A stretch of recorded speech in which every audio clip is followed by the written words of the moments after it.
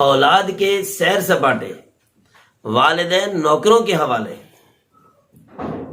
یہ عجیب بے حسی ہے کہ چھٹیوں کا موسم آتا ہے، میاں بیوی نکل جاتے ہیں، کوئی نران جا رہا ہے، کوئی کاغان جا رہا ہے، کوئی اپنے ملک، کوئی غیر کے ملک، کوئی دوسروں کے ملک.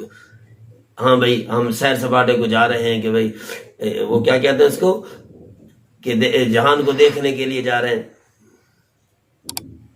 لیکن والدین ان کے لیے نوکر ہے. ایک قصہ گزرا کچھ دنوں پہلے، شاید آپ میں سے بھی کسی کے سامنے گزرا ہوگا وہ، لیکن بڑا دردناک، المناک اور ہمارے لیے آخرت کے حساب سے بڑا ہی خطرناک.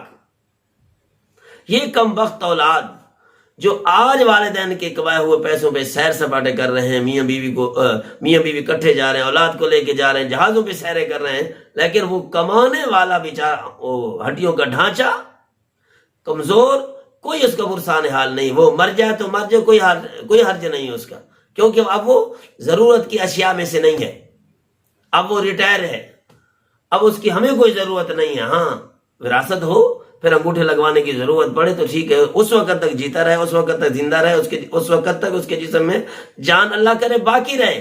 ہاں زمین ہمیں دے دے، پھر چاہے وہ کل کا مرتا آج مر جائے. ایک نہیں بے شمار قصے ایسے ہیں. تو میں نے پڑھا یہ قصہ کہ دو بیٹے تھے ایک آدمی کے، وہ چھٹیوں کے اندر ایک نے ایک ملک کی سیر کا ارادہ کہ دوسرے نے دوسرے ملک، وہ اپنی بیوی بچوں کے ساتھ یا اپنی بیوی بچوں کے ساتھ. نوکر کو کہا کہ بھائی بابا کی خدمت میں کمی نہیں آنی چاہیے. اچھا بھائی بابا کی خدمت میں کمی تو نہیں آئے گی، لیکن بابا بھی اکیلا ہے گھر کے اندر اور نوکر بھی ایک آدمی ہے، اس نے خدمت کرنی وغیرہ وغیرہ. اللہ کا کرنا ایسا ہوا، اللہ معاف کرے، کانوں کو ہاتھ لگاتے ہیں کہ یہ وقت کسی کو نہ دے، ایسی اولاد بھی کسی کو نہ دے. اور ہمارے اندر بھی جو کچھ کمیاں ہیں اللہ پاک ہماری بھی دور کرے، آپ کی بھی دور کرے، اور کسی پر ایسی پکڑ کا وقت نہ آئے اور ایسی غفلت کا وقت بھی کسی اولاد کے اندر نہ آئے. مختصر یہ وہ چلے گئے. نوکر جاتا ہے، ملازم جاتا ہے صبح کا ناشتہ لینے کے لیے، بابا جی گھر کے اندر انتظار کے لیے بیٹھے ہیں، یہ سوئے پڑے ہیں جو بھی ہے، کیسے کہ بھائی نوکر آئے گا ناشتہ کرائے گا. ٹھیک ہے بھائی. اب نوکر جو ہے باہر سے لاک کر کے جاتا ہے مکان کو، آ کے کھولنا ہے، پھر وہ ناشتہ کراؤں گا.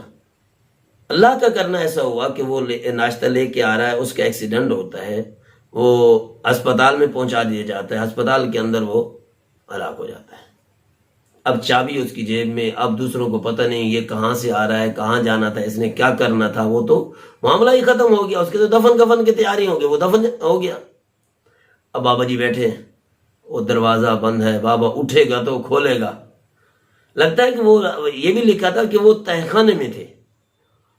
تہہ خانے میں نہ بھی ہوں، وہ بیچارے اگر سارا کام خود کر سکتے تو پھر وہ نوکروں کے حوالے کیوں ہوتے.